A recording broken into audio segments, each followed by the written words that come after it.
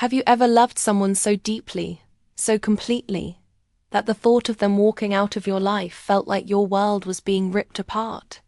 And then, after years of silence, imagine seeing them again completely change, yet still holding that same piece of your heart. Would you run towards them? Or would you finally let them go? My name is Claire. I'm 30 years old now, but when I look back on the years that passed, I still feel like the girl I was at 24. The girl who believed that love could overcome anything. That once you found your person, the story was set in stone. And I thought I had found that person in James. I still remember the day we met as if it were yesterday. I was at a friend's birthday party, trying to avoid the socializing when I saw him across the room. His laugh infectious, his smile lighting up the space. He had a way of making everyone feel like they mattered. And for the first time in a long time, I felt seen. We talked for hours, and by the end of the night, I knew that he was something special. Over the next few months, we fell in love. I was young, maybe too young to know how real love felt. But with James, everything was different. He made me believe in magic, the kind of love where you share dreams of the future, build plans around each other, and believe with everything in your being that the world will always be okay. Because you have them by your side. We had it all, the dates, the long walks, the adventures. Every weekend was something new. And I was so sure, so certain that we were building a life together. I thought, this is it. This is the person I'm meant to spend forever with. But then, one day out of nowhere, everything changed. James just left. No fight, no argument, no reason. He simply handed me a letter one morning before I went to work, said he needed space, and walked out the door. The letter was vague, only a few lines. I need to find myself. I don't know who I am anymore. Please don't wait for me. It didn't make sense. We had been happy, right? Or at least I thought we were. It felt like a nightmare, a cruel, sudden jolt that turned my world upside down. I couldn't understand it. I kept thinking, why? What had happened to us? What had changed overnight? And yet, the worst part was that I never got answers. He didn't pick up the phone. He didn't respond to my calls. He simply disappeared. At first, I couldn't breathe. The shock was unbearable. I spent weeks in denial. I told myself, he'll come back. This isn't real. We'll figure it out. But as the days turned into weeks and the weeks turned into months, I had to face the reality. He wasn't coming back. And maybe, just maybe, he had never truly loved me. If he did, he wouldn't have walked away so easily. But even though I tried to move on, I couldn't. There was always a part of me that refused to give up, a piece of my heart that still believed that someday he would come back. Maybe he was just confused. Maybe he was going through something. I'll be here when he figures it out. I kept waiting. For months, then years. I even started dating again, but each person felt like a shadow compared to James. It wasn't there. Felt they didn't leave me, that they weren't him. And no matter how hard I tried, no one could fill the empty space in my heart that James had once occupied. I found myself constantly haunted by the questions that lingered. Why did he leave? Was it something I did? Was it really about him needing to find himself? Or was I just not enough? 6 years passed, and I thought I was finally moving on. I had built a life. I had a career I was proud of, friends who kept me busy, and a semblance of normalcy. But I had never truly let go. I still couldn't shake the thought of him, of us. There were days when the memories of his touch, the sound of his laughter, the way he used to look at me would flood back, leaving me breathless with longing. And then, today it happened. I was walking into my favorite coffee shop, just like any other morning. The routine had become comforting, almost like a security blanket. As I stepped in line, distracted by my phone, I glanced up for a moment only. To freeze. There, standing by the counter, was James. It felt like time stopped. He looked different, older, his hair a little longer, his face a little more warm. But it was him. I could tell by the way he stood, by the way his eyes searched the room, as though he was looking for something or someone. I didn't move. My heart started racing, my palms went cold, and I felt a rush of emotions I hadn't felt in years. What was he doing here? I thought, why now? But the most pressing question of all was, did I still want him back? I couldn't take my eyes off him, and for a moment, it felt like everything had gone back to how it used to be. That was, until I realized that, 6 years ago, he had left me without a second thought, without looking back.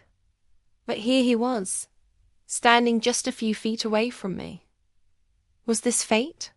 Or had the universe simply decided to remind me of the most painful chapter of my life? I had to face him. There was no escaping it. I couldn't move. My feet felt frozen to the floor as I stared at James across the coffee shop. My breath came in shallow gasps, and for a moment, I thought I might pass out. There he was after all these years, looking almost like a ghost of the man I once knew. The very man who had left me without a word, vanished without a trace, leaving me to pick up the pieces of a life I never expected to live without him. I wanted to look away. I wanted to run, but my body refused to listen. It was as though something deep inside me, a part that had always waited, that had never truly let go, was calling me to him. What do I do? What am I supposed to do now? I had imagined this moment so many times over the years, dreamed about it in my most vulnerable, hopeless moments. I had created 1,000 scenarios in my mind, wondering what it would be like when our paths crossed again. But now, standing here, none of those scenarios seemed to match the reality in front of me. James hadn't seen me yet. He was busy scrolling through his phone, looking unaware that his past was standing just a few feet away. I could see the tension in his posture, the way his shoulders were slightly hunched, as if he were lost in thought, or maybe even unsure of what to do in this moment. I didn't want to admit it, but a small part of me, the part that still cared for him, the part that hadn't fully let go, wanted to reach out, to call his name, to somehow bridge the gap between us. But another part of me, the part that had spent years building walls around my heart, wanted to walk out of that coffee shop and never look back. He had walked away from me once. He had left me in pieces, and I couldn't just pick up the pieces and pretend like nothing had happened. I didn't know how long I stood there, staring at him, trying to figure out what to do. My hands were trembling, and I could feel the sweat forming at the back of my neck. The air felt thick with anticipation. I was caught in a moment, suspended between the past and the present, between who I was when we were together and who I had become without him. I was snapped out of my thoughts when I heard his voice. It was soft at first, almost hesitant. Claire? I flinched, my heart leaping into my throat. I didn't know what to do. Part of me wanted to cry. Part of me wanted to scream. But all I could do was say his name. James. He looked at me with wide eyes, as though he couldn't quite believe I was standing there, right in front of him. The shock was palpable on his face, and for a moment, I saw something flicker in his expression: regret, maybe, or guilt. But there was also relief, as if he had been carrying a weight for so long, and finally he could breathe. Wow, he whispered, almost to himself.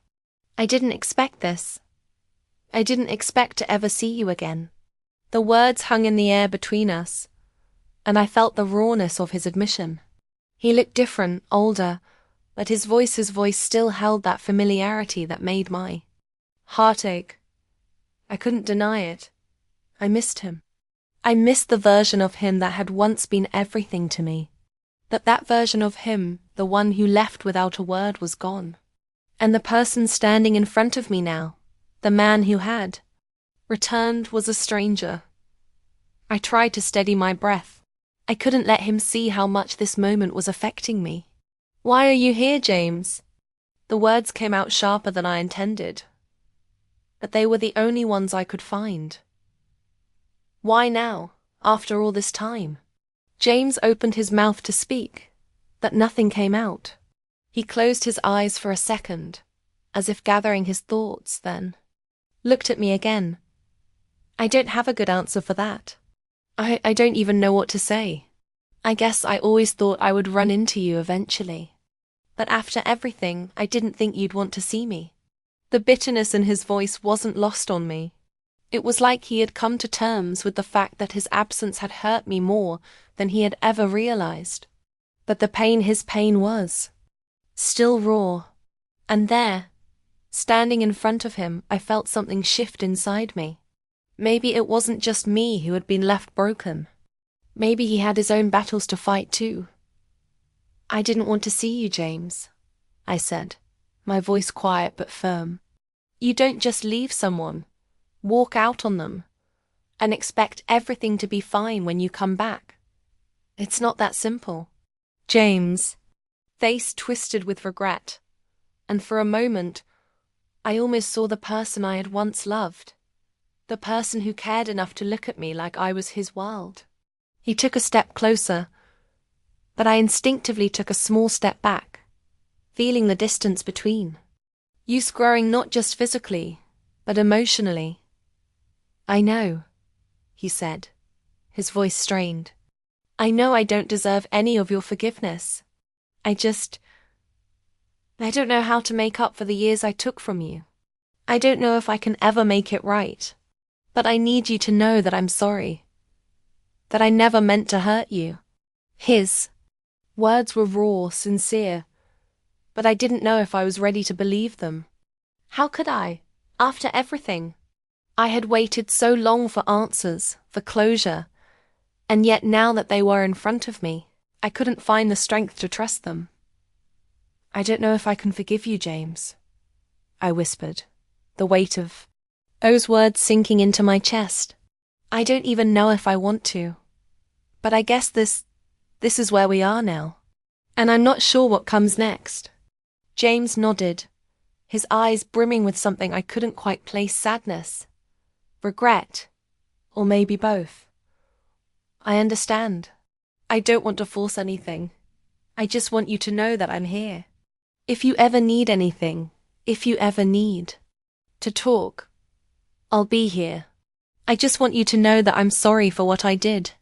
There was a pause, and the air between us felt thick with everything that had been left unsaid. I didn't know what to do.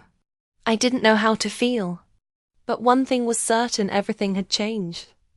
I turned to leave, a knot in my stomach tightening as I took the first step towards the door. But before I could fully walk away, I heard him speak again, his voice low but full of emotion. "Claire, I'll wait.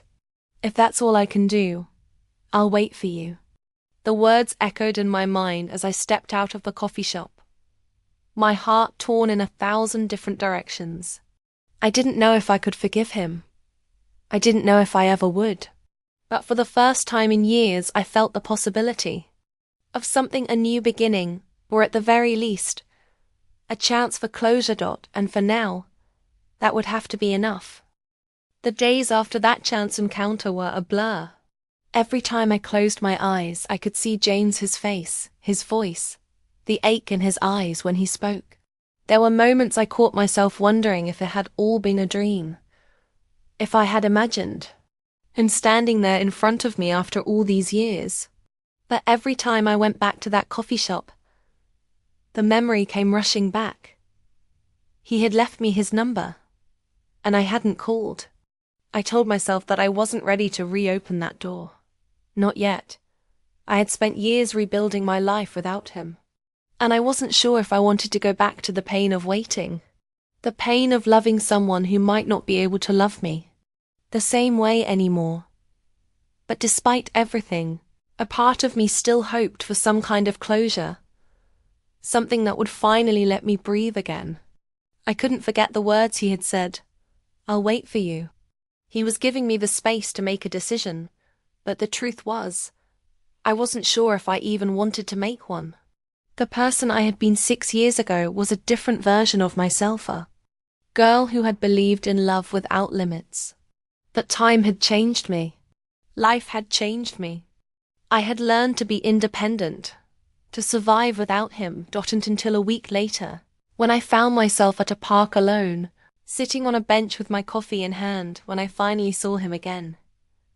He was walking towards me, his pace slow, as though he had been waiting for the right moment to approach.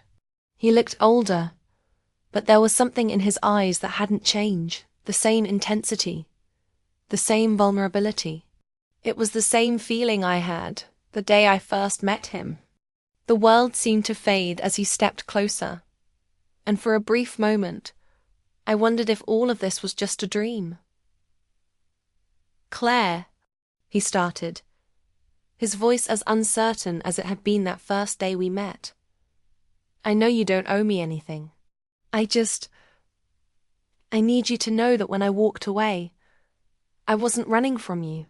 I was running from myself. I thought I had everything figured out, but I didn't. I couldn't handle the love we had, the life we were building. I thought I needed time to find myself, but all I did was lose everything I loved in the process." I looked at him, and for the first time in a long time, I saw the man I had loved. His vulnerability, his raw honesty, it all hit me like a wave. The man in front of me wasn't the one who left. He had been broken, just like I had. But I couldn't ignore the truth he had hurt me. And no matter how much I had waited, no matter how many years had passed, the pain of abandonment was still there, buried deep. "I understand, James," I said softly, my voice barely above a whisper. "But you can't undo the past. You can't just walk back into my life and expect things to be the same. I've spent 6 years trying to forget you, trying to heal, and I've learned to live without you." His face softened and he stepped closer, almost as if he were afraid to get too close. "I don't expect things to be the same.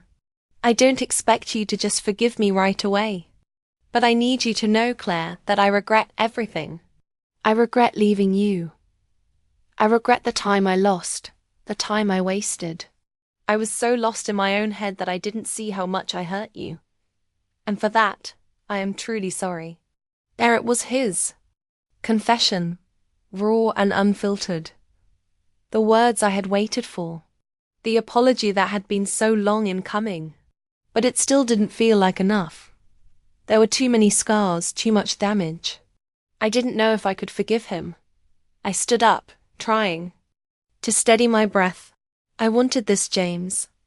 I wanted you to come back. But now I realize that maybe I was holding on to something that isn't there anymore. You're not the man I once knew. And I'm not the woman who waited for you all those years. We've both changed." James' face tightened, and for a moment, I thought he might cry. His eyes glistened with unshed tears, but he didn't speak. He just looked at me hopeful, broken, vulnerable. It felt like the whole world had come crashing down around us, and yet, there we were, facing each other in the midst of it. I took a deep breath and looked away, trying to gather my thoughts. I wanted to reach out to him, to tell him everything would be okay, but I knew better now. I knew that sometimes love wasn't enough. Sometimes you had to let go, no matter how much you still cared. "I don't know what's going to happen, James," I said quietly, my voice shaking slightly. "But I need time. I need space to figure out what I want. And I don't think I can do that with you waiting for me. I need to let go. For both of us." cliffhanger or resolution. There was a long silence. James nodded, his lips pressed tightly together, as though he were holding back tears. "I understand," he whispered. "And if that's what you need, then I'll wait. But I'll wait for you on your terms, not mine." I didn't know if I was ready to let him go completely, but in that moment, I realized something important. I didn't have to make any decisions right away. I didn't have to follow the path that had been laid out for me 6 years ago. I had the power to choose my own future. As I turned to walk away, I felt a weight lift off my chest. I didn't know what the future held, but for the first time in a long time, I felt like I had control over my own life. Maybe James and I would find our way back to each other someday. Maybe we wouldn't. But either way, I knew that this time it would be on my terms. And that, for now, was enough.